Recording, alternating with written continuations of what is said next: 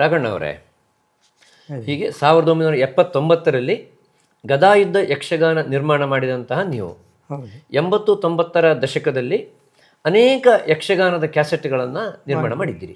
ಹೆಚ್ಚಾಗಿ 84-85 ಪೀರಿಯಡ್ ಇದು. ಮಧ್ಯಭಾಗವನ್ನು ಇಟ್ಕೊಂಡ್ರೆ 80-90ರ ದಶಕದಲ್ಲಿ ಸುಮಾರು 50ಕ್ಕೂ ಮೀರಿ ಯಕ್ಷಗಾನ ಇದನ್ನೇ ಮಾಡಿ ಕ್ಯಾಸೆಟ್ಗಳನ್ನು ಮಾಡಿದ್ದೀರಿ. ಈಗ ಯಕ್ಷಗಾನ ಕ್ಯಾಸೆಟ್ಗಳ ನಿರ್ಮಾಣದ ಸಂದರ್ಭದಲ್ಲಿ ಪ್ರಸಂಗದ ಆಯ್ಕೆ, ಕಲಾವಿದರ ಆಯ್ಕೆ, ಇದನ್ನು ತಾವು ಹೇಗೆ ಮಾಡ್ತಾ ಇದ್ರಿ? ಎಲ್ಲವೂ ನಾನೇ ಇದು ಮಾಡ್ತಾಯಿದ್ದೆ. ನನಗೆ ಯಕ್ಷಗಾನ ಎಲ್ಲ ಗೊತ್ತಿತ್ತು. ಟೌನಲ್ಲಿ ಎಲ್ಲಾದರೂ ಸೌತ್ ಕೇಂದ್ರಕ್ಕೆ ಹೋದರೆ 3-4 ದಿವಸ ಯಕ್ಷಗಾನ ನೋಡಿ ಬರ್ತಿದ್ದೆ. ಎಲ್ಲ ಕಡೆ ಎಲ್ಲೆಲ್ಲಿದೆ ನೋಡಿ, ಉದಯವಾಣಿ ಪೇಪರ್ ನೋಡಿ ಎಲ್ಲಿದೆಯೋ ಅಲ್ಲಿ ಹೋಗ್ತಿದ್ದೆ. ಹೋಗಿ ಕಲಾವಿದರನ್ನು ಫಿಕ್ಸ್ ಮಾಡೋದು ಅಲ್ಲೇ ಆಗ್ತಿತ್ತು. ಸ್ವಯಂ ನೀವೇ ಯಕ್ಷಗಾನಕ್ಕೆ ಹೋಗ್ತಿದ್ರಿ? ಹೌದು, ನಾನೇ. ಒಂದು ಕ್ಯಾಸೆಟ್ ನಿರ್ಮಾಣಕ್ಕಿಂತ ಮೊದಲು ಅನೇಕ ಬಾರಿ ಆ ಪ್ರಸಂಗ ನೋಡ್ತಿದ್ದೆ. ಯಾರು ಚೆನ್ನಾಗಿದೆ ನೋಡಿ, ಬೇರೆ ಎಲ್ಲ ಒಂದು ಸ್ವಲ್ಪ ಕೇಳ್ತಿದ್ದೆ. ಯಾರು ಆ ಪಾತ್ರಕ್ಕೆ ಬೆಸ್ಟ್ ನೋಡಿ ಅವ್ರನ್ನೇ ಕರ್ಕೊಂಬಂದು ಮಾಡಿಸ್ತಿದ್ದೆ. ಎಷ್ಟೇ ಕಷ್ಟ ಆದರೂ ಅವ್ರನ್ನೇ ಕರ್ಕೊಂಬಂದು ಮಾಡ್ತಿದ್ದೆ. ಬರ್ತಿದ್ರು ಎಲ್ಲ ಕಲಾವಿದರಿಗೂ ಇದಿತ್ತು, ಮಾಡಬೇಕು ಅಲ್ಲಿ. ಯಾಕೆಂದರೆ ಗದಾಯುದ್ಧ ಕ್ಯಾಸೆಟ್ ಮಾರುಕಟ್ಟೆ ಬಂದ ಮೇಲೆ ಕಾಳಿಂಗನವರ ಭಾಗವತಿಗೆ ಒಂದು ಹೊಸ ಆಯಾಮವನ್ನು ಕಲ್ಪಿಸಿತ್ತು. ಹಾಗೆ ಎಲ್ಲ ಕಲಾವಿದರು ಬಹುಶಃ ಉತ್ಸುಕರಾಗಿದ್ದರು. ಎಲ್ಲರೂ ಉತ್ಸುಕರಾಗಿದ್ದರು. ಯಾರು ಕರೆದರೂ ಇಲ್ಲ ಹೇಳಿದ್ದವ್ರು ಯಾರಿಲ್ಲ. ಯಕ್ಷಗಾನದಲ್ಲಿ ಯಾರೂ ಇಲ್ಲ. ಬೇರೆ ಭಾವಗೀತೆ ಎಲ್ಲ ಸ್ವಲ್ಪ ಇದಿತ್ತು, ಮಾಡಿದೆ. ಇದು ಭಾಳಪ್ಪ ಹುಕ್ಕೇರಿಯವ್ರದ್ದು ಮಾಡಿದ್ದೀನಿ. ಜಾನಪದ ಗೀತೆ ವಯಸ್ಸಾಗಿತ್ತು, ಆದರೂ ಬಂದರು. ಹೀಗೆ ಕಲಾವಿದರ ಆಯ್ಕೆಗೆ ತಾವೇ ಯೋಚನೆ ಮಾಡ್ತಾ ಇದ್ದೀವಿ, ಯಾವ ಪ್ರಸಂಗ, ಯಾವ ಕಲಾವಿದರು ನಾನೇ ಹೇಳಿದ್ದು 100%. ಆ ಪ್ರಸಂಗಗಳ ರೆಕಾರ್ಡಿಂಗ್ ವೇಳೆಗೆ ಬೆಂಗಳೂರಿನಲ್ಲಿ ಹೌದು ವ್ಯವಸ್ಥೆ ಸಿಗ್ತಾ ಇತ್ತು. ಅಷ್ಟೊತ್ತಿಗೆ ಸ್ವಲ್ಪ ಬಂತು, ನಾನೇ ಇದು ಮಾಡಿಕೊಂಡೆ. ಒಂದು ರೆಕಾರ್ಡಿಂಗ್ ಸ್ಟುಡಿಯೋ ಒಂದು ನಮ್ಮದು, ಅವ್ರದ್ದು ಇದು ನೋಡ್ಕೊಳ್ಳೋದಿಲ್ಲ ಅವರು. ಮಧ್ಯ ಏನಾದ್ರು ಬೇಕು ರೆಕಾರ್ಡಿಂಗ್ ಅಂದರೆ ನಾನು ಹೋಗ್ತಾಯಿದ್ದೆ.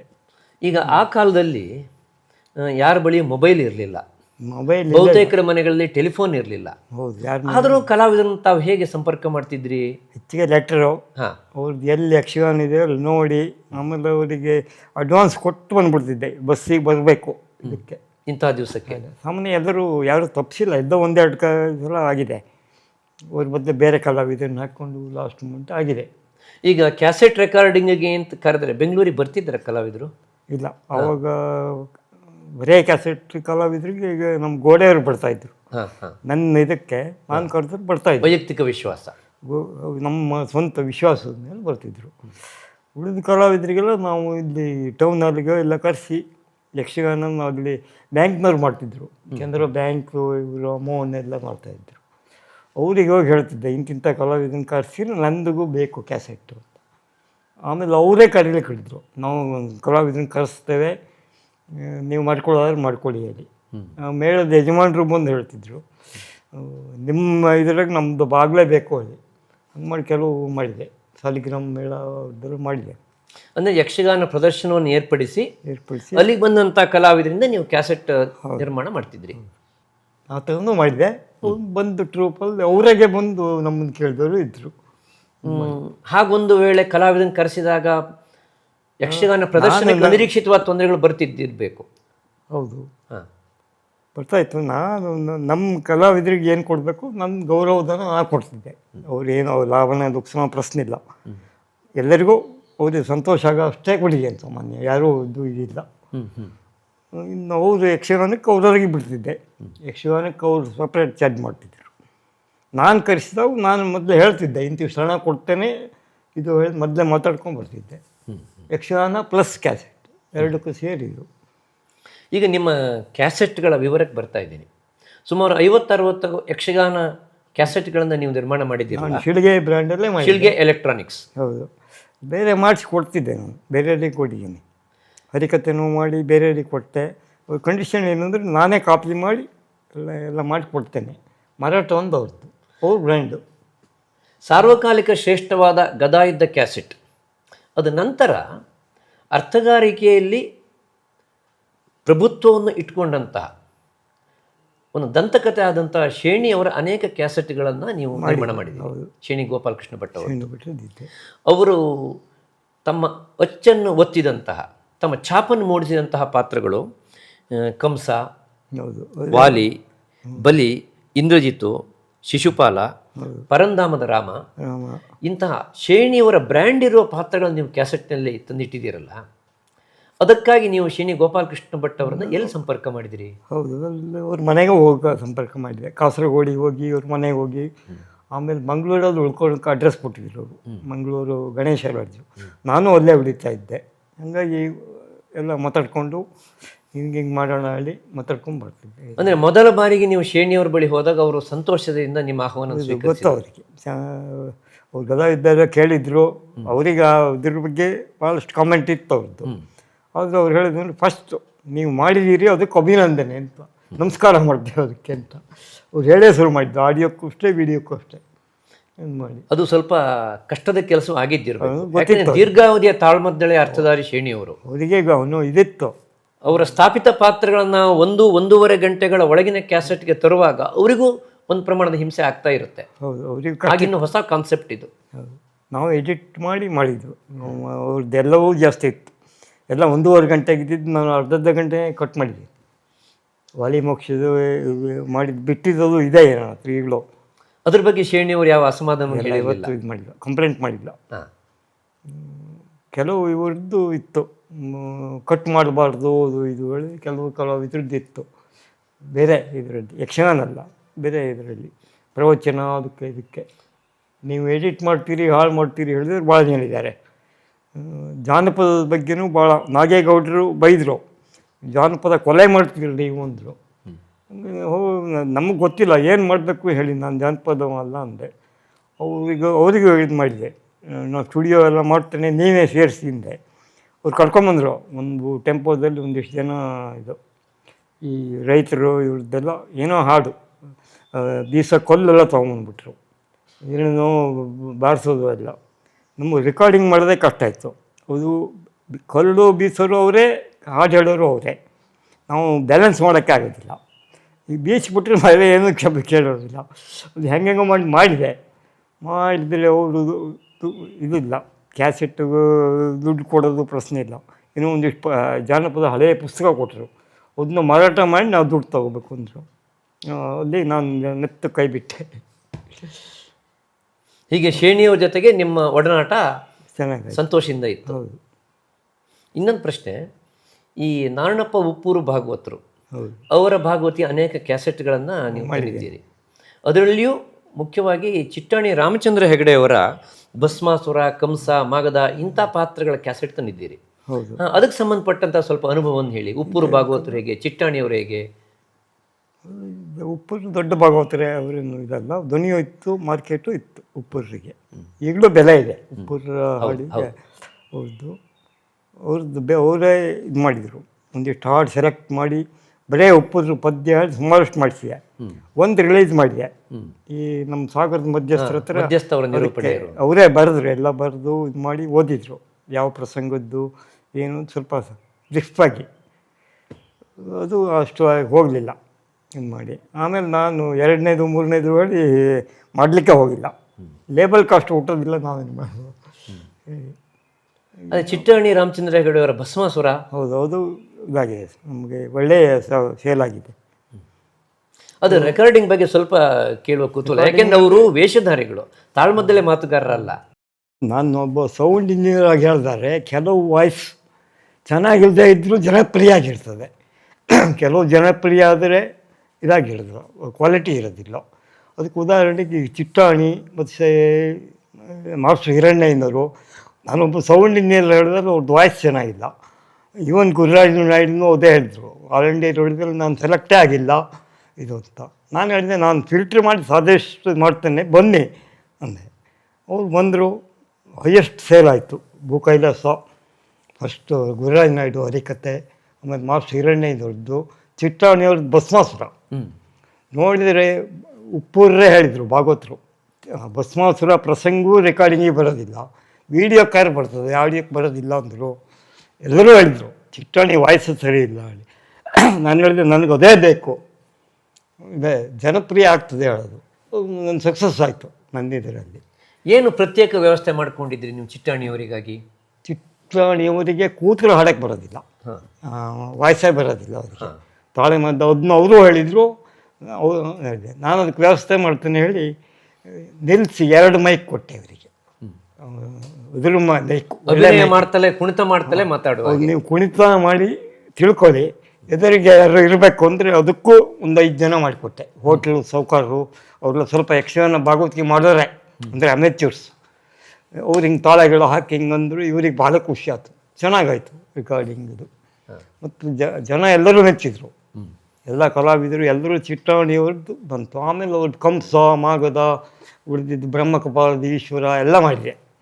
ಚಿಟ್ಟಾಣಿಯವ್ರದ್ದು ಎಲ್ಲ ಇದು ಮಾಡಿದೆ, ಸಕ್ಸಸ್ ಆಯಿತು. ಇದರಿಂದ ಏನಂದ್ರೆ ನಾವು ವಾಯ್ಸು ಮತ್ತು ಪಾಂಡಿತ್ಯ, ಈಗ ಹರಿಕಥೆಯಲ್ಲಿ ಹೋದರೆ ಭದ್ರಗಿರಿ ಅಚ್ಯುತದಾಸರು ಕೇಶವದಾಸರು ದೊಡ್ಡ ವಿದ್ವಾಂಸರು.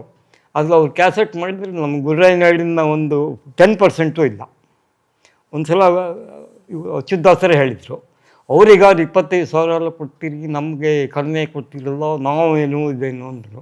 ಅವ್ರು ಹೇಳಿದೆ, ನೀವು ದೊಡ್ಡ ಇದು ಹೌದು, ವಿದ್ವಾಂಸರು ಹೌದು, ಒಳ್ಳೇದು ಹೌದು, ಆದರೆ ನಾವು ನೋಡೋದು ಮಾರ್ಕೆಟ್. ಅದು ಚಲಾವಣೆ. ಅವ್ರದ್ದು 1 ಲಕ್ಷ ಹೋದರೆ ನಿಮ್ಮದು 5,000 ಹೋಗೋದಿಲ್ಲ. ನಾವು ಹೆಂಗೆ ಅದಕ್ಕೆ ಮಾಡೋಕ್ಕಾಗ್ತದೆ? ನಮ್ಗೆ ಯಾವ ದುಡ್ಡು ಬರ್ತದೆ ಅವ್ರಿಗೆ ಮಾಡ್ತೇವೆ. ಅವ್ರು ಗುರುರಾಯನಹಳ್ಳಿಗೆ 25,000 ಎಲ್ಲ ಕೊಡ್ತಿದ್ವಿ. ಅಥವಾ ಅವರು ವಿದ್ವಾಂಸರು ಇದ್ದರು, ದೊಡ್ಡ ವಿದ್ವಾಂಸರು ಅಚ್ಯುತದಾಸರು ಕೇಶವದಾಸರೇ, ಅದರಲ್ಲಿ ಅನುಮಾನ ಇಲ್ಲ. ಅದು ನಮ್ಗೆ ದುಡ್ಡು ಆಗಬೇಕಲ್ಲ, ನಾವು ಅದಕ್ಕೆ. ಆಮೇಲೆ ನಿಮ್ಮ ಶಿಲ್ಗೆ ಎಲೆಕ್ಟ್ರಾನಿಕ್ಸ್ ಯಕ್ಷಗಾನ ಕ್ಯಾಸೆಟ್ಗಳಿಗೆ ಸಂಬಂಧಪಟ್ಟಂತೆ ಇನ್ನೊಂದು ವಿಶೇಷ ಪ್ರಯೋಗ, ನೀವು ಕೆರೆಮನೆಯ ಮಾಬ್ಲೆಗಡೆಯವರ ಭಾಗವತಿಗೆ ಹಾಗೂ ಅವರ ಅರ್ಥ ಇರುವಂಥ ಒಂದು ಕ್ಯಾಸೆಟ್ ಅಂತ ನೀಡಿದೆ, ಶ್ರೀಕೃಷ್ಣ ಸಂಧಾನ. ನನಗೆ ಮಾಬ್ಲೆಗಡೆಯವರು ಒಳ್ಳೆ ಕಂಠ ಇದೆ, ಸಂಗೀತ ಕಲಿತಿದ್ದಾರೆ ಎಲ್ಲ ಗೊತ್ತಿತ್ತು. ಅವ್ರು ಬರೀ ಸಂಗೀತ ಕಚೇರಿನೂ ನೋಡಿದ್ದೇನೆ. ಅವ್ರ ಬಗ್ಗೆ ಅದಿತ್ತು. ನೋಡೋಣ ಅಂತ ಕೇಳಿದೆ ನಾನು. ಫಸ್ಟ್ ಕೃಷ್ಣ ಸಂಧಾನ ಮಾಡುವಾಗ ಬೇರೆ ಯಾರೋ ಭಾಗವತರಿದ್ದು, ಅದು ನಾನು ಅವ್ರನ್ನ ಕೇಳೋಕ್ಕೆ ಮೊದಲು ಕೇಳಿದೆ, ನೀವೇ ಮಾಡಿರಿ ಹೆಂಗೆ ಅಂತ. ಮಾಡ್ತೇನೆ ಅಂದರು. ಅದು ಅವ್ರದ್ದು ತಾಳ ಇರಲಿಲ್ಲ, ಅಥವಾ ಬೇರೆ ಯಾವುದೋ 2-3 ತಾಳ ತಂದ್ಬಿಟ್ಟು ಸರಿ ಇಲ್ಲ ಅಂದರು. ಆಮೇಲೆ ರಾತ್ರಿ ಬೆಂಗಳೂರಿನಲ್ಲಿ ಹೋಗಿ ಎಲ್ಲೆಲ್ಲೋ ಒಂದು 5-6 ತಾಳ, ಅದು ಯಾರ ಹತ್ರ ಹೋಟ್ಲವ್ರದ್ದು, ಅವ್ರದ್ದು ಹೆಸರು ಬರ್ಕೊಂಡು ಕೊಟ್ಟೆ, ನೀವೇ ಸೆಲೆಕ್ಟ್ ಮಾಡ್ಕೊಳ್ಳಿ ಅಂತ. ಅಂತೂ ಒಂದು ತಾಳ ಮಾಡಿದ್ರು, ಅವ್ರಿಗೆ ಖುಷಿ ಇರಲಿಲ್ಲ ಅದು. ಆಮೇಲೆ 2ನೇ ಸಲ ಬರುವಾಗ ಅವರಿಗೆ ತಾಳ ತಂದ್ಕೊಬಿಟ್ರು. ಭೀಷ್ಮ ಪರ್ವಕ್ಕೆ ಅವ್ರದ್ದೇ ಹೇಳಿದೆ. ಮತ್ತು ಮೊದಲಾಗಿದ್ದೆಲ್ಲ ಇವರೇ ಇದ್ದು, ದುರ್ಗಪ್ಪ ಇವರೇ ಇದ್ದರು, ಮಾಡಿದ್ರು.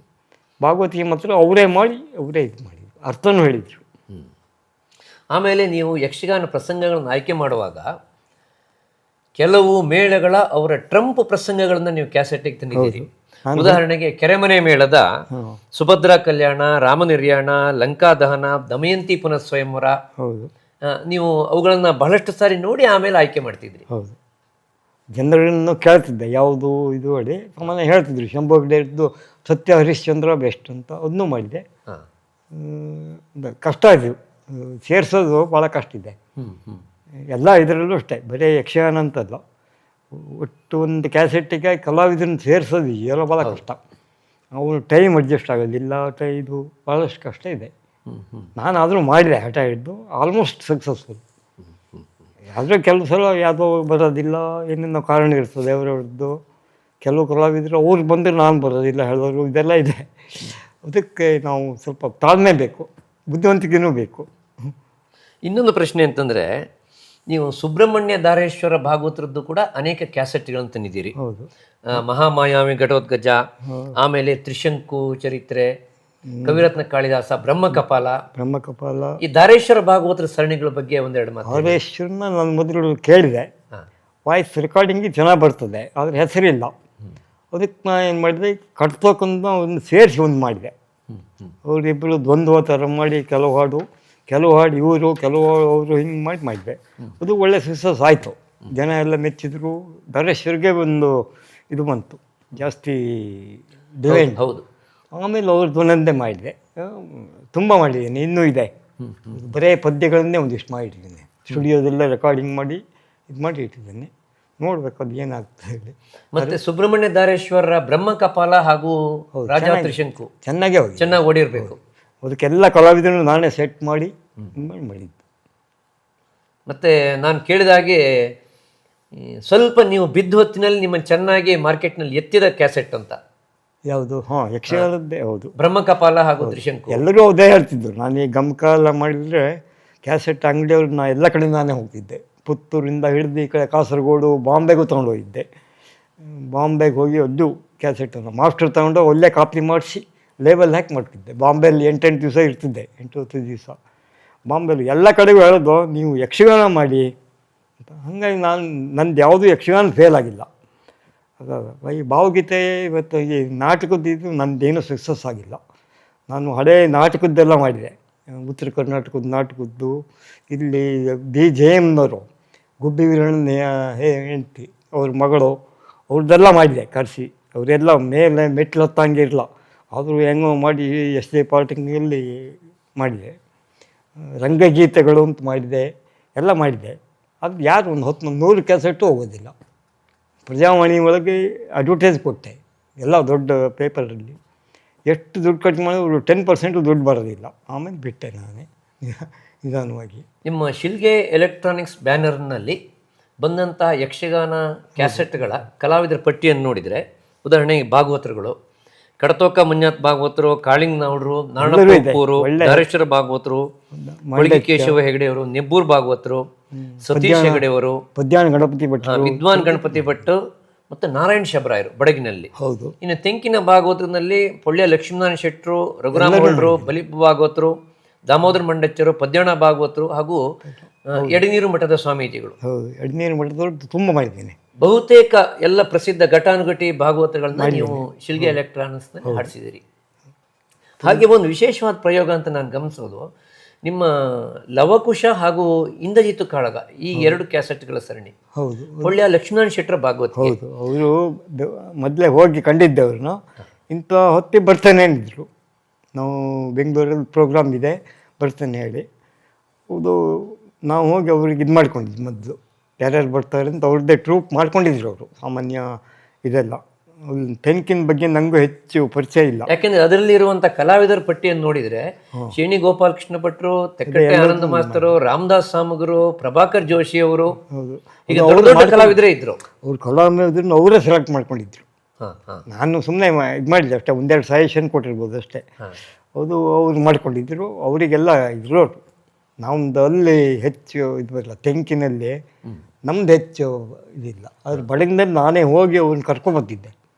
ಬಡಗಿನ ಕಲಾವಿದರು ಎಲ್ಲ ಯಕ್ಷಗಾನ ಭಾಗವತರು ಮನೆಗೆ ಹೋಗಿ, ನಿಬ್ಬೂರು ಎಲ್ಲರದ್ದು ಅವ್ರ ಮನೆಗೆ ಹೋಗಿ ಮಾಡ್ತಿದ್ದೆ.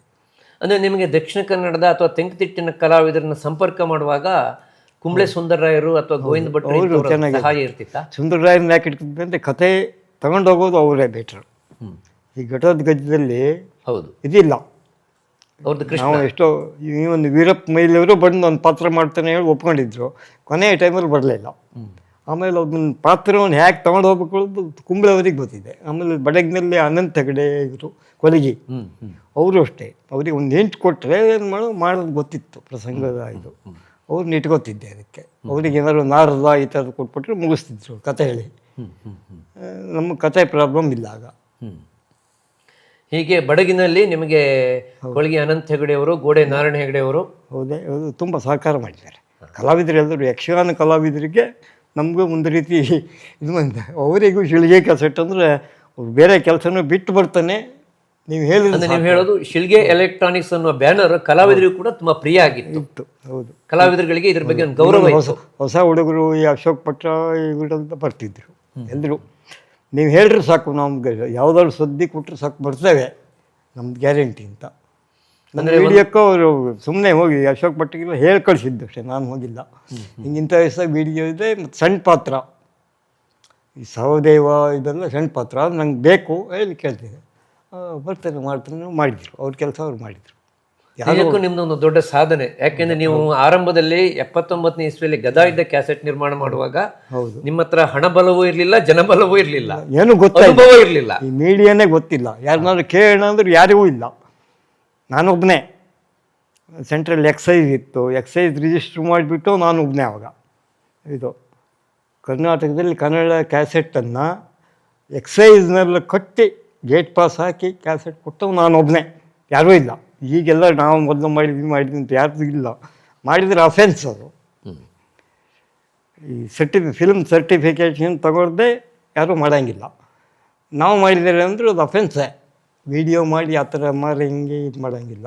ನಂದಿದೆ ಫಿಲಮ್ಮು 88 ನಾನು ವಿಡಿಯೋ ಮಾಡಿದ್ದೀನಿ ಕನ್ನಡದಲ್ಲಿ, ಫಸ್ಟ್ ವಿಡಿಯೋ ಕ್ಯಾಸೆಟ್ಟು. ಅದಕ್ಕೆ ಸೆನ್ಸಾರ್ ಸರ್ಟಿಫಿಕೇಟ್ ತೊಗೊಂಡು ಮಾಡೇ ಮಾಡಿದ್ದು. ಹಾಗೆ ನಮ್ಮ ಮಾತುಕತೆಯ ಇನ್ನೊಂದು ಹಂತಕ್ಕೆ ನಾನೀಗ ಬರ್ತಾ ಇದ್ದೀನಿ. ನೀವು ಒಟ್ಟಾರೆಯಾಗಿ ಎಷ್ಟು ಕ್ಯಾಸೆಟ್ಗಳನ್ನು ಶಿಳ್ಗೆ ಎಲೆಕ್ಟ್ರಾನಿಕ್ಸ್ ಬ್ಯಾನರ್ನಲ್ಲಿ ಮಾಡಿದ್ದಿರ್ಬೋದು? ಒಂದು 100ಕ್ಕೂ ಹೆಚ್ಚು, 120, 150 ಆಗಿದೆ. ಅದರಲ್ಲಿ ಯಕ್ಷಗಾನದ ಕ್ಯಾಸೆಟ್ಗಳೇ ಸುಮಾರು ಒಂದು 50-60. 50-60 ರೆಡಿ ಇದೆ. ಇನ್ನೂ ರಿಲೀಸ್ ಮಾಡೋದು ಒಂದು 10 ಇದೆ. ಈಗ ಈ ಯಕ್ಷಗಾನ ಅಲ್ಲದೆ ನೀವು ಹೆಚ್ಚು ಕ್ಯಾಸೆಟ್ಗಳನ್ನು ತಯಾರಿಸಿದ್ದು ಅಂತಂದರೆ ನಾಟಕಗಳ ಹರಿಕತೆ, ಹರಿಕತೆ ಸೇಲ್ ದೃಷ್ಟಿಯಲ್ಲಿ ಹರಿಕತೆ. ನಾಟಕ ಸಂಖ್ಯೆ ಇದರಲ್ಲಿ ನಾಟಕನೂ ಮಾಡಿದ್ದೇನೆ ಸುಮಾರಷ್ಟು.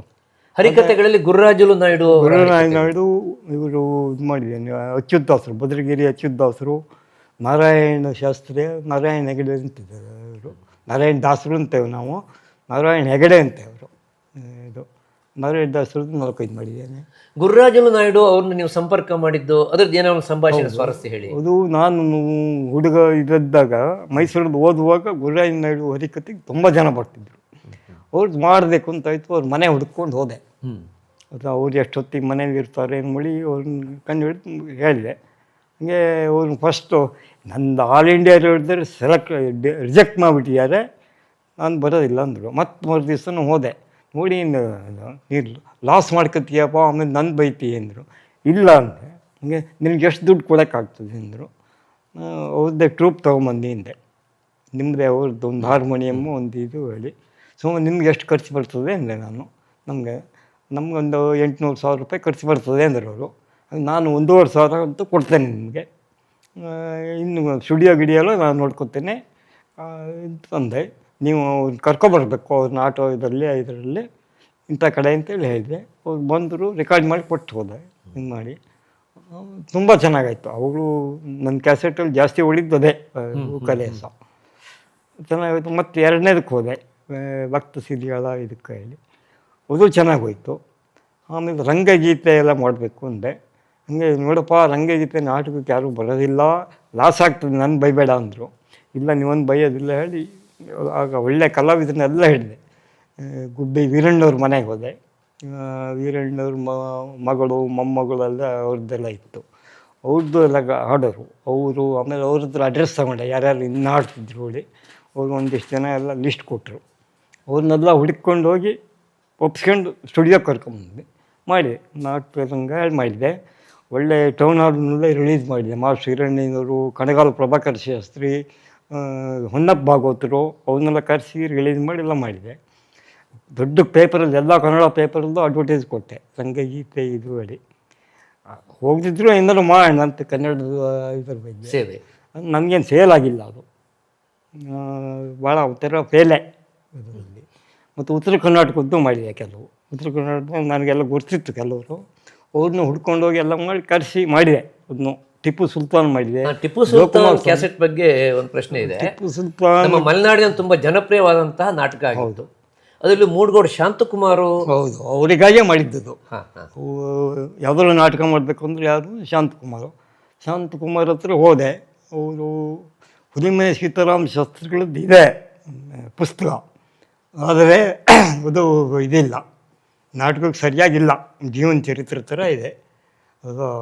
ಇನ್ನು ಆಲ್ರೆಡಿ ಕಾಮತ್ರ ಅಂತ ಬರೆದಿದ್ದಾರೆ ಅಂದರು. ಆಮೇಲೆ ಕಾಮತ್ರದ್ದು ಅಡ್ರೆಸ್ ತಗೊಂಡು ಅವ್ರನ್ನ ಕಂಡೆ. ಅವರು ನಾಟಕ ಅಕಾಡೆಮಿಗೇನೋ ಮೆಂಬರ್ ಏನೋ ಆಗಿದ್ದರು.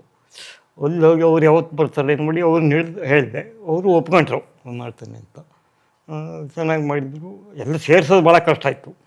ಇನ್ನೊಬ್ರು ಯಾರೋ ಬಳ್ಳಾರಿನಲ್ಲಿದ್ದರು, ಇಂದು ಶೇಖರ್ ಅಂತ, ಸಿನಿಮಾ ನಟ ಅವರು ಒಂದು ಕಾಲದಲ್ಲಿ. ಅವ್ರನ್ನ ಎಲ್ಲರನ್ನೂ ಕರೆಸೆ ಮಾಡಿ, ಯಾರ್ಯಾರ್ದೋ ಮುಖಾಂತರ ಕರೆಸಿದೆ. ಎಲ್ಲ ಬಂದರು, ಟ್ರೈನಿಗೆ ಬಂದರು. ನಾಟಕ ಅಕಾಡೆಮಿ ಹೊತ್ತಿಗೆ ಅವರಿಗೆ ಇದನ್ನು ಕೊಟ್ಟರು, ಸನ್ಮಾನ ಅಂತ ಇಟ್ಕೊಂಡು. ಅದಕ್ಕೆ ಹಿರಣ್ಣಯ್ಯನವ್ರ ಹತ್ರ ಹೋಗಿ, ನಿಮ್ಮದು ಸನ್ಮಾನ ಮಾಡಿ ಒಂದು ಪ್ರೋಗ್ರಾಮ್ ಇಡೋದು, ಅವ್ರದ್ದೆಲ್ಲ ಪಾತ್ರ ಮಾಡಿಸೋದು. ಅದಕ್ಕೆ ಹಿರಣ್ಣಯ್ಯನವ್ರನ್ನ ಬಿಟ್ಟೆ. ಅವ್ರದ್ದು ಪರಿಚಯ ಮಾಡೋದು ಎಲ್ಲ ಅವ್ರು ನಡೆಸಿದರು. ಅದು ಅಕಾಡೆಮಿಯಿಂದ ಮಾಡಿಸಿದ್ವಿ. ಹಾಗೆ ಮಾಸ್ಟರ್ ಹಿರಣ್ಣಯ್ಯನವರ ಕೆಲವು ನಾಟಕಗಳನ್ನು ನೀವು ಅವ್ರದ್ದು 4 ಮಾಡಿದೆ. ಹಿರಣ್ಣಯ್ಯನವ್ರು ನಂಗೆ ಗೊತ್ತಾಯಿತು, ಮೊದಲಿಂದ ಪರಿಚಯ ಇತ್ತು ಸ್ವಲ್ಪ. ಏನು ಮಾಡಿ ಬೇರೆ ರೆಕಾರ್ಡಿಂಗ್ಗೆ ಇದಕ್ಕೆ ಹೇಳಿ ಓದಿದ್ರು. ಹೋಗಿ ಕೇಳಿದೆ, ಆಯಿತು ಮಾಡು ಅಂದರು. ಒಂದು ಲಂಚಾವತಾರ ಬೇರೆಯವ್ರಿಗೆ ಕೊಟ್ಬಿಟ್ಟಿದ್ರು ಅಷ್ಟೊತ್ತಿಗೆ. ಅದು ನಮ್ಗೆ ಗೊತ್ತಿದ್ದವರೇ ತೊಗೊಂಡಿದ್ರು. ಇದು ಮಾಡಿ ಅದ್ರ ಮುಂದಿನ ಪಾಠ ಮಾಡಿಕೊಡ್ತೇನೆ ಅಂದರು, ಮಾಡಿಕೊಟ್ರು. ನಾನು ಮಾಡಿ ಆಮೇಲೆ ಭಾವಗೀತೆ, ಭಕ್ತಿಗೀತೆ ಹಾಗೂ ಜನಪದ ಗೀತೆ ಕ್ಯಾಸೆಟ್ಗಳನ್ನು ಹೌದು, ಎಲ್ಲರನ್ನೂ ಕಂಡೆ, ಇದು ಮಾಡಿದೆ. ನಾನೇ ಸೆಲೆಕ್ಟ್ ಮಾಡ್ತಿದ್ದೆ. ಹೋಗಿ ಕಲಾವಿದರನ್ನ ಕಂಡೆ. ಶಿವರುದ್ರಪ್ಪನವ್ರ ಮನೆಗೆ ಹೋದೆ. ನಾನು ಅವ್ರಿಗೆ ಬೇಕಾದವ್ರನ್ನ ಅದನ್ನ ಕರ್ಕೊಂಡೋಗಿದ್ದೆ. ಪರಿಚಯದರು, ಅವ್ರ ಸ್ಟೂಡೆಂಟೇ. ಅವ್ರು ಮಾಡಿದ್ರು, ನನ್ನ ಕ್ಯಾಸೆಟ್ ತೋರಿಸಿದೆ ಹಿಂಗೆ ಹಿಂಗೆ ಅಂತ. ಒಪ್ಕೊಂಡ್ರು ಅವರು. ಮಾಡಿ ಚೆನ್ನಾಗಿ ಮಾಡಿದ್ರು ಅಂದರು. ನಮ್ಮ ಮನೆಗೆ ಬಂದು ನೋಡಿದ್ರು ಅದನ್ನೆಲ್ಲ, ನಮ್ಮ ಮಿಷನ್ನು ಇದೆಲ್ಲ ಇದು ಮಾಡಿ ಒಪ್ಪಿದ್ರು. ಹಾಗೆ ಬಹಳಷ್ಟು ಗಮಕ ಕ್ಯಾಸೆಟ್ಗಳನ್ನು ನೀವು ತಂದಿದ್ದೀರಿ. ಹೌದು, ಕಂಕದಲ್ಲೂ ಅವರೇ ಹುಡ್ಕೊಬರ್ತಿದ್ರು ಸುಮಾರು ಜನ. ಈ ಮತ್ತೂರು ಕೇಶವ ಮೂರ್ತಿ ಅವ್ರದ್ದು ಎಲ್ಲ ಕೇಳಿದ್ದೆ ಹಿಂಗೆ. ಶಿವಮೊಗ್ಗದಲ್ಲೆಲ್ಲ ಪ್ರೋಗ್ರಾಮು ವಾಯ್ಸ್ ಚೆನ್ನಾಗಿದೆ, ಮಾಡ್ಬೋದು ಅಂತ ಇದು ಮಾಡಿದೆ. ಅವ್ರು ಹುಡ್ಕೊಂಡು ಮಾಡಿದೆ. ಆಮೇಲೆ ಅವ್ರದ್ದು ಇದು ಬಂತು, ಚೆನ್ನಾಗೇ ಆಯಿತು ಅದು. ಯಾರು ಒಳ್ಳೆ ಇದು ಅಂತೇಳಿ ರಘುಪತಿ ಶಾಸ್ತ್ರಿ ಅಂತ ಇದ್ದರು. ಅವ್ರ ತಂದೆಯವರು ಇದು ಮಾಡ್ತಿದ್ರು, ಲಕ್ಷ್ಮೀ ಕೇಶವ ಶಾಸ್ತ್ರಿ ಅಂತ ಹೆಸರಿದ್ದವರಿಗೆ. ಅವ್ರು ಭಾಳ ವಯಸ್ಸಾಯಿತು. ಅವ್ರನ್ನ ಹಿಡಿದು ಮಾಡಲಿಕ್ಕಾಗೋದಿಲ್ಲ ಹೇಳಿ ಇವ್ರನ್ನ ಹಿಡ್ಕೊಂಡೆ, ರಘುಪತಿ ಶಾಸ್ತ್ರಿನ. ಆವಾಗ ಅವ್ರ ಊರಿನವರೇ ಹೇಳಿದರು, ಲಕ್ಷ್ಮೀ ಕೇಶವ ಶಾಸ್ತ್ರಿಗಳು ಇಲ್ಲಿದು ನಮಗೆ ಬೇಕು, ಸೇಲ್ ಆಗ್ತಿದ್ರು, ಇಲ್ಲ ಮಾಡಿಕೊಡಿ ಅಂತಂದರು. ಸರಿ, ಅದನ್ನೂ ಮಾಡಿದೆ. ಅದು ಸುಮಾರಿಗೆ ಹೋಯ್ತು. ಅವ್ರ ಊರಿನಲ್ಲೇ ತಗೊಂಡ್ರು, ನಮಗೇನು ಲಾಸ್ ಇಲ್ಲ ಯಾವುದು. ಹಾಗೆ ಕುವೆಂಪು ಅವರಿಂದ ರಾಮಾಯಣ ದರ್ಶನವನ್ನು ಹಾಡಿಸಿ ನೀವು ರೆಕಾರ್ಡ್ ಮಾಡ್ಕೊಂಡಿದ್ರಿ ಅಂತ ಒಂದು ಕೇಳಿದ ನೆನಪಿದೆ. ಹೌದು, ಈಗ ಹೇಳಿದೆ ಹಿಂಗೆ. ಅದಕ್ಕೆ ಸೀತಾರಾಮರಾಯನ ಕರ್ಕೊಂಡೋದೆ. ಹೊಸಬಾಳೆ ಸೀತಾರಾಮರಾಯರು ಅವರಿಗೆ ಪರಿಚಯ ಇತ್ತು. ಅವರು ಹೇಳಿದರು, ನೋಡಪ್ಪ ನೀ ಕೆಲಸ ಬಿಟ್ಟು ಇದನ್ನೇ ಮಾಡ್ತೀವಿ. ನಾನು 1000 ಪುಸ್ತಕ ಪ್ರಿಂಟ್ ಮಾಡಿದರೆ 800 ಗೋಡನ್ನಲ್ಲಿದೆ. ಇನ್ನೊಂದು 100-200 ಅಲ್ಲಿ ಇಲ್ಲಿ ಗೌರ್ಮೆಂಟ್ ತಗೊಂಡಿದ್ದಾರೆ. ನೀ ಮಾಡ್ರಿ ಏನಾಗ್ತೀಯ ನನಗೆ ಗೊತ್ತಿಲ್ಲ. ನನ್ನ ಮಾಡ್ಕೊ, ಇಡೀ ಪುಸ್ತಕನೇ ನೀ ಮಾಡೋ, ನಾವು ಬೇಡ ಹೇಳೋದಿಲ್ಲ. ಅದನ್ನ ಆರ್ಥಿಕವಾಗಿ ನೋಡ್ಕೊ, ಮತ್ತು ಬದುಕೋದಕ್ಕೆ ಏನಾದರೂ ಬೇರೆ ಮಾಡ್ಕೊ. ಈ ಸಾಹಿತ್ಯ ಸಂಗೀತ ಎಲ್ಲ ನೀನು ಇದು ಅದನ್ನು ಮಾಡೋಕ್ಕೆ ಹೋಗಬೇಡ, ಏನಾದ್ರು ಬದುಕೊಂಡು ಮಾಡು ಅಂತ ಸೀತಾರಾಮರ ಹೇಳಿದವ್ರಿ. ಅಡಿಕೆ ತೋಟ ಎಲ್ಲ ಇದೆ, ಪರವಾಗಿಲ್ಲ ಅಂದರು. ಹಾಗಾಗಿ ಹಾಗಿದ್ರೆ ಕೆಲಸ ಯಾಕೆ ಬಿಟ್ಟೆ ಅಂತೆಲ್ಲ ಕೇಳಿದರು. ಇದು ಮಾಡಿ ನಂಗೆ ಏನಾದ್ರು ಸ್ವಂತ ಮಾಡಬೇಕು, ಗೌರ್ಮೆಂಟ್ ಕೆಲಸ ಬೇಡ ಅಂತ ಅನಿಸ್ತು. ಅದಕ್ಕೆ ಬಿಟ್ಟು ಬಂದೆ. ನೀವು ಅದನ್ನು ಕುವೆಂಪು ಅವರಿಂದನೇ ಹಾಡಿಸಿದ್ರಾ? ಕುವೆಂಪುರೊಂದೇ ಹಾಡಿಸ್ಬೇಕು ಅಂತ ಬಂತು ನನಗೆ. ಅವರಿಲ್ಲ ವಯಸ್ಸಾಗಿದೆ ಅಂದರು. ಇಲ್ಲ, ನಿಮ್ಮ ಮನೆಗೆ ಬನ್ನಿ, ನೀವೇ ಸ್ಟುಡಿಯೋಕ್ಕೆ ಬರೋದು ಬೇಡ, ನನಗೆ ಬೇಕು. ಸ್ಟುಡಿಯೋಕ್ಕೆ ಎಲ್ಲ ಡೆಕ್ ಗಿಕ್ ತಗೊಂಡು ಅವ್ರ ಮನೆಗೆ ಹೋಗಿ ರಿಕಾರ್ಡಿಂಗ್ ಮಾಡಿದೆ. ಮಾಡಿದರು, ಒಂದು ದೊಡ್ಡ ಪದ್ಯ ಹೇಳಿದ್ದಾರೆ. ಈಗ ನಮ್ಮ ಮಾತುಕತೆಯ ಇನ್ನೊಂದು ಆಯಾಮಕ್ಕೆ ಬರ್ತಾ ಇದ್ದೇನೆ. ರಾಘಣ್ಣವರೇ, ನೀವು 1979ರಲ್ಲಿ ಕಾಳಿಂಗನವರ ಭಾಗವತಿಯ ಗದಾಯುದ್ಧದಿಂದ ಆರಂಭಿಸಿ ಸುಮಾರು 2006-7ನೇ ಇಸ್ವಿಯ ತನಕ ಕ್ಯಾಸೆಟ್ ನಿರ್ಮಾಣದಲ್ಲಿ ಇದ್ರಿ. 90ರ ದಶಕದ ನಂತರ ಸ್ವಲ್ಪ ನೀವು ಕಡಿಮೆ ಮಾಡಿದ್ರು. ಕೊನೆಯಲ್ಲಿ ಕವಿ ಪರಮದೇವನ ತುರಂಗ ಭಾರತದ ಗಮಕ ಕಾರ್ಯಕ್ರಮಗಳ ಕ್ಯಾಸೆಟ್ನೊಂದಿಗೆ ಸುದೀರ್ಘವಾದ ಪ್ರಯಾಣವನ್ನು ಮಾಡ್ಕೊಂಡು ಬಂದ್ರಿ. ಆಮೇಲೆ ಒಮ್ಮೆಲೆ ನಿಮ್ಮ ಈ ಕ್ಯಾಸೆಟ್ ತಯಾರಿಕೆಯ ಉದ್ಯಮವನ್ನು ನಿಲ್ಲಿಸಿದ್ರಾ? ಇಲ್ಲ, ಒಮ್ಮೆಲೆ ನಿಲ್ಲಿಸಿಲ್ಲ. ಏನೋ ನಿಂತು ಅಂದರೆ ನಾನು ನಿಲ್ಲಿಸಿದೆ ಅನ್ನೋಕ್ಕಿಂತ ಅದಾಗೆ ನಿಂತು ಹೋಯ್ತು. ಜನ ಆಸಕ್ತಿ ಇಲ್ಲ. ಕೆಲವು ಒಳ್ಳೆಯ ಪಂಪ ರನ್ ಅದನ್ನೆಲ್ಲ ಮಾಡಿಬಿಟ್ರೆ 10-20 ಕ್ಯಾಸೆಟ್ಟು ಇಲ್ಲ, ಅಂಗಡಿಯವ್ರು ಭಯ ಕೇಳಿದ್ರು, ನೀವು ಯಾಕೆ ಮಾಡ್ತೀರಿ, ಯಕ್ಷಗಾನ ಮಾಡಿ ಅಂತ ಅವರೇ ಹೇಳಕ್ಕೆ ಹೇಳಿದ್ರು. ಆಮೇಲೆ ನಿಂತು ಹೋಯ್ತದು, ನಾನು ನಿಲ್ಲಿಸ್ದೆ ಅನ್ನೋದು. ಬೇರೆ ಜನಕ್ಕೆ ಒಂಚೂರು ಇಲ್ಲ. ರಾಮಾಯಣ ದರ್ಶನಂ 100 ಕ್ಯಾಸೆಟ್ ಮಾಡಿದರೆ ಇನ್ನೂ ಖಾಲಿ ಇದೆ. ನಿಜ ಅಂದರೆ ಇದು. ಅದ್ರ ಜೊತೆಗೆ ಈ ಟೇಪ್ ರಿಕಾರ್ಡರ್ ಸಂಸ್ಕೃತಿಯಿಂದ ಸಿ ಡಿ ಬಂತು. ಸಿಡಿಗಿಂತ ಈ ಕೇಬಲ್ ಟಿ ವಿ ಬಂದಮೇಲೆ, ಇದು ಈ ಮೊಬೈಲೆಲ್ಲ ಬಂದಮೇಲೆ ನಮ್ದು ಯಾರು ಕೇಳೋರೇ ಇಲ್ಲ. ಮೊಬೈಲ್ ಫೋನ್ ಬಂದಮೇಲೆ ಈವನ್ ನಾಟಕದ ಇದಕ್ಕೂ ಬರೋದಿಲ್ಲ ಯಾರು. ಬಹುಶಃ ಯಕ್ಷಗಾನೂ ಕಡಿಮೆ ಆಯಿತು. ಹಿಂಗಾಗಿದೆ. ಅದಕ್ಕೆ ನಾವೇನು ಮಾಡೋಕ್ಕಾಗಲ್ಲ. ಮತ್ತೆ ಬರ್ತದೆ ಅನ್ನೋ ಇದಿದೆ, ಹೋಪ್ ಇದೆ. ಅಂದರೆ ಸುಮಾರು 2006-7ರ ತನಕ ನೀವು ಕ್ಯಾಸೆಟ್ ನಿರ್ಮಾಣವನ್ನು ಮಾಡ್ಕೊಂಡು ಬಂದ್ರಿ. ಕಡಿಮೆ ಮಾಡ್ತಾ ಮುಂದೆ ಆಯಿತು ಕಡಿಮೆ. ಈಗ ಒಟ್ಟು ಒಂದು 100 ಕ್ಯಾಸೆಟ್ಗಳನ್ನ ತಯಾರಿಸಿದಂಥ ನೀವು ಆರ್ಥಿಕವಾಗಿ ಈ ಕ್ಷೇತ್ರದಲ್ಲಿ ಏನನ್ನು ಮಾಡಿದ ಹಾಗಾಯಿತು? ಯಾಕೆಂದರೆ ನೀವು ಕ್ಯಾಸೆಟ್ ತಯಾರಿಕೆಗೆ ಇಳಿಯುವಾಗ ನಿಮ್ಮ ಕೈಯಲ್ಲಿ ಏನಿರಲಿಲ್ಲ. ಹೌದು, ಖಾಲಿ ಕೈಯಲ್ಲಿ ನೀವು ಉದ್ಯಮವನ್ನು ಆರಂಭಿಸಿದವರು. ಖಾಲಿ ಟೈಮಲ್ಲಿ ಮಾಡಿದ್ರೂ ಯಕ್ಷಗಾನದಲ್ಲಿ ನನಗೇನು ಲಾಸ್ ಆಗಿಲ್ಲ. ನನ್ನ ಎಲ್ಲ ಯಕ್ಷಗಾನವೂ ನನಗೆ ಹಾಕಿದ ಹಣ ಮೋಸ ಇಲ್ಲ. ಅದ್ರ ಭಾವಗೀತೆ ನಾಟಕದಲ್ಲಿ ಸ್ವಲ್ಪ ಕೈ ಇಟ್ಕೊಂಡಿದ್ದೆ. ಟೋಟಲ್ ಕ್ಯಾಸೆಟ್, ಆಡಿಯೋ ಕ್ಯಾಸೆಟಲ್ಲಿ ನಾನು ಚೆನ್ನಾಗೇ ಅರ್ನ್ ಮಾಡಿದ್ದೇನೆ. ಅದರಲ್ಲೇನು ಅನುಮಾನ ಇಲ್ಲ. ಇದು ಬೇರೆ ಕಲಿಯೋದು ಸಿನಿಮಾ ಇದನ್ನೆಲ್ಲ ಮಾಡಿ ಸ್ವಲ್ಪ ಕಳ್ಕೊಂಡೆ. ಸಿನಿಮಾ ಡಿಸ್ಟ್ರಿಬ್ಯೂಷನ್ನು ಮಾಡಿದೆ, ಅನೇಕ ಪ್ರಯೋಗ ಮಾಡಿದೆ. ಎಲ್ಲದರಲ್ಲೂ ಲಾಸೆ. ಆ ಮಟ್ಟಿಗೆ ಯಕ್ಷಗಾನದ ಅಭಿಮಾನಿಗಳಿಗೆ ಒಂದು ಸಂತೋಷದ ಸುದ್ದಿ. ನಿಮಗೆ ಯಕ್ಷಗಾನ ಕ್ಯಾಸೆಟ್ಗಳಿಂದ ಯಾವತ್ತೂ ಹಿನ್ನಡೆ ಆಗಲಿಲ್ಲ. ಯಾವುದೂ ಫೇಲ್ ಆಗಿಲ್ಲ. ಆಮೇಲೆ ಎಲ್ಲ ಯಕ್ಷಗಾನ ಕಲಾವಿದರು ಆಲ್ಮೋಸ್ಟ್ ಪರಿಚಯ ಇತ್ತು ಅವಾಗಿನ. ಈಗ ಹೊಸಬ್ರಿಗೆ ಗೊತ್ತಿಲ್ಲ, ಹಳಬರು ಎಲ್ಲರೂ ಗೊತ್ತು. ಮತ್ತು ಅವರು ಹುಷಾರಿಲ್ಲದೆ ಇದ್ದರೆ ಮಣಿಪಾಲ್ ಆಸ್ಪತ್ರೆಗೆ ಹೋಗಿ ಅವ್ರಿಗೆ ಸಹಾಯ ಮಾಡಿ ಬಂದಿದ್ದೇನೆ. ಯಕ್ಷಗಾನ ಕಲಾವಿದರನ್ನು ಚೆನ್ನಾಗೇ ಇಟ್ಕೊಂಡಿದ್ದೇನೆ. ಅವರು ಅಕಸ್ಮಾತ್ ಆಗಿದ್ದೋ ಗೊತ್ತಿಲ್ಲ.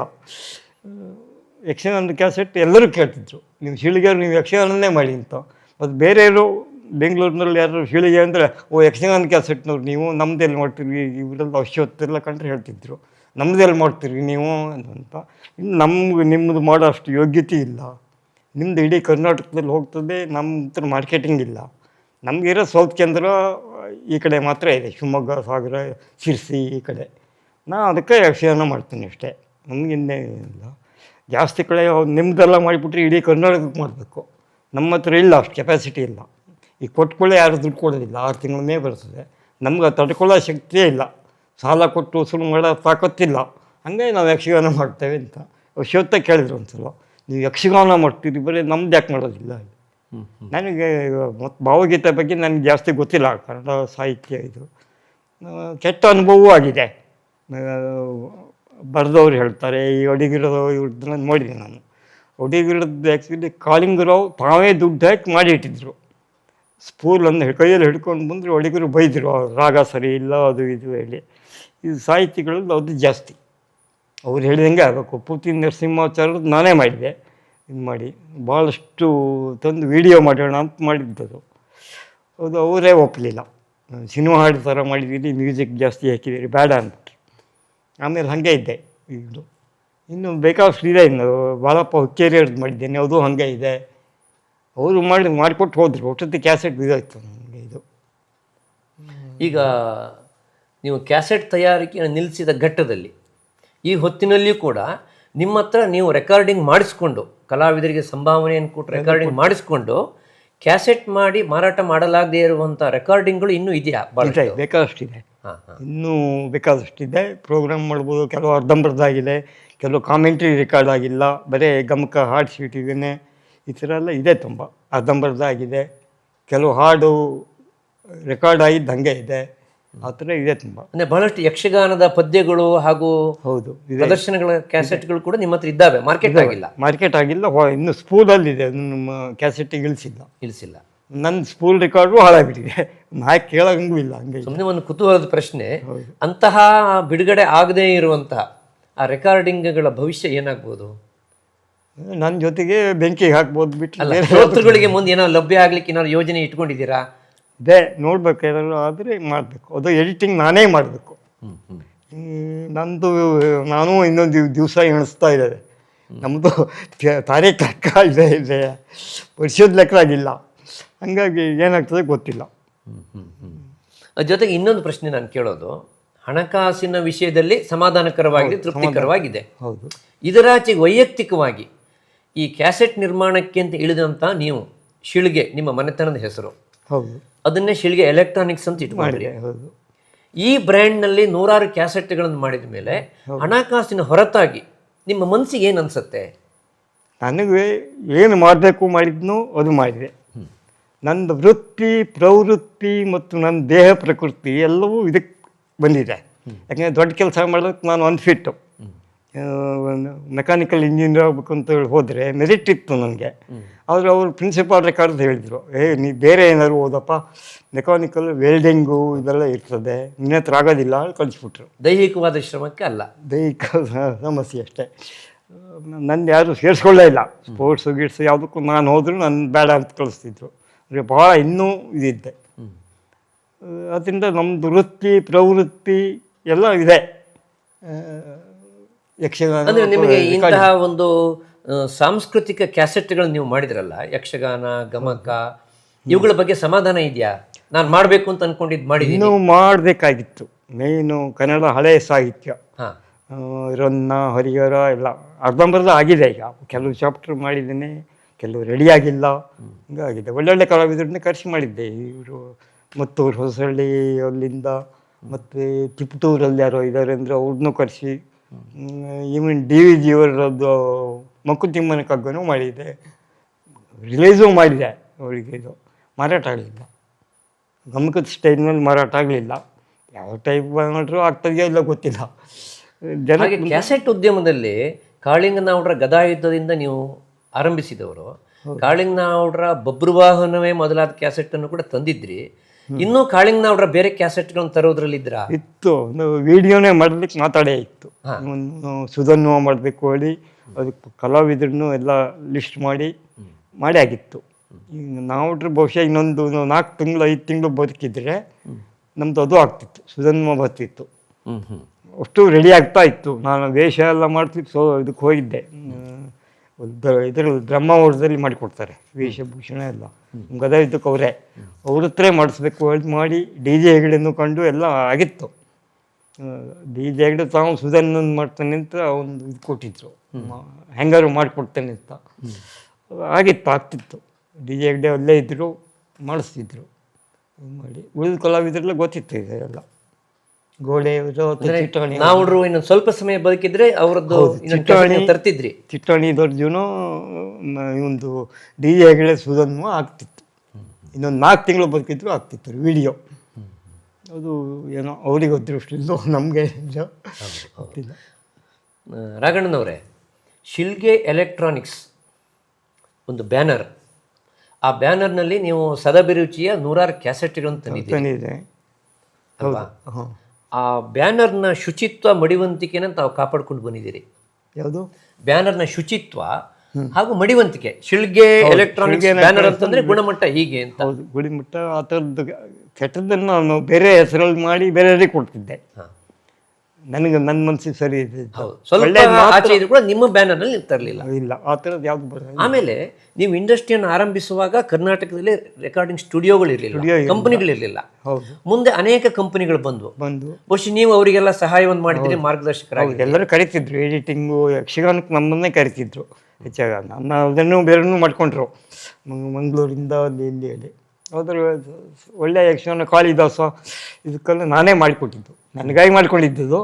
ನಮ್ಗೆ ಭಾಳ ಕ್ಲೋಸ್ ಇದ್ದವ್ರು ಕೇಳಿದರು, ಅವ್ರಿಗೆ ಬೇರೆ ಎಲ್ಲ ನಾನೇ ರೆಕಾರ್ಡಿಂಗ್ ಮಾಡಿಕೊಡೋದು.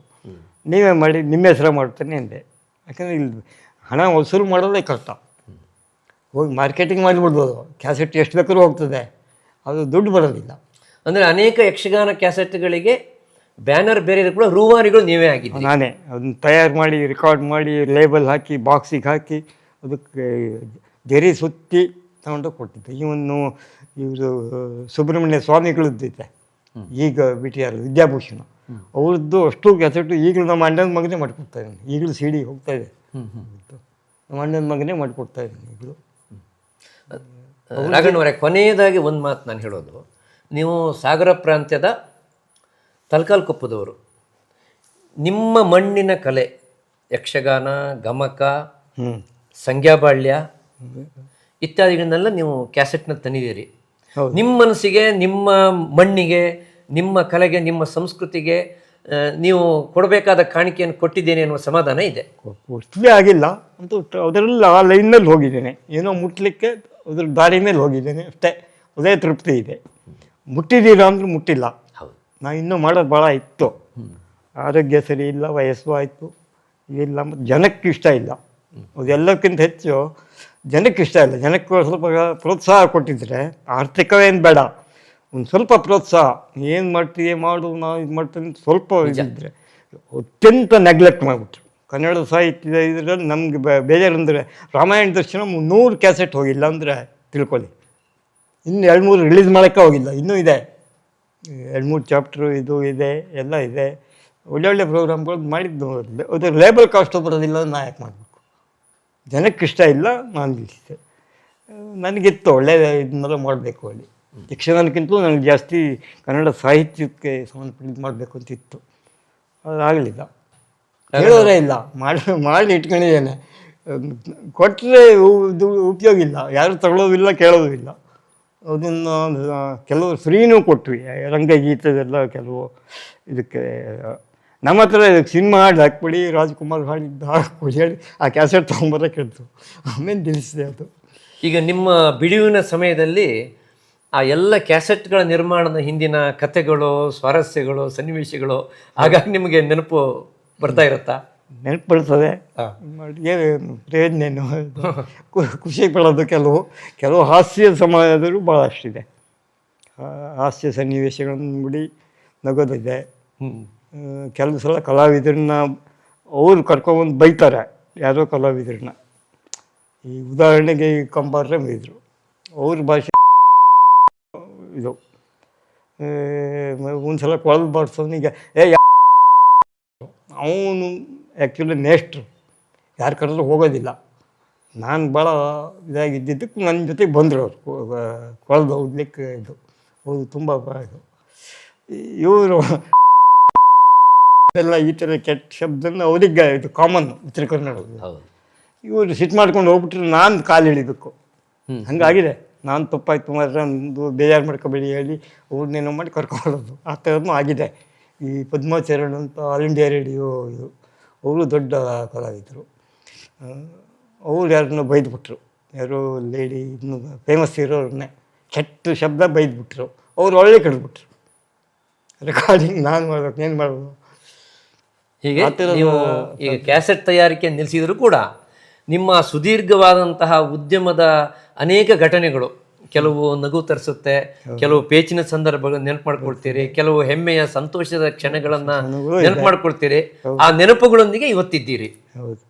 ರಾಘಣ್ಣವರೇ, ನಮ್ಮ ಶ್ರೋತೃಗಳಿಗಾಗಿ ನಿಮ್ಮಿಂದ ಅನೇಕ ಸ್ವಾರಸ್ಯಕರವಾದಂಥ ವಿಷಯಗಳನ್ನು ನಾವು ಹೊರತೆಗೆದಿದ್ದೇವೆ.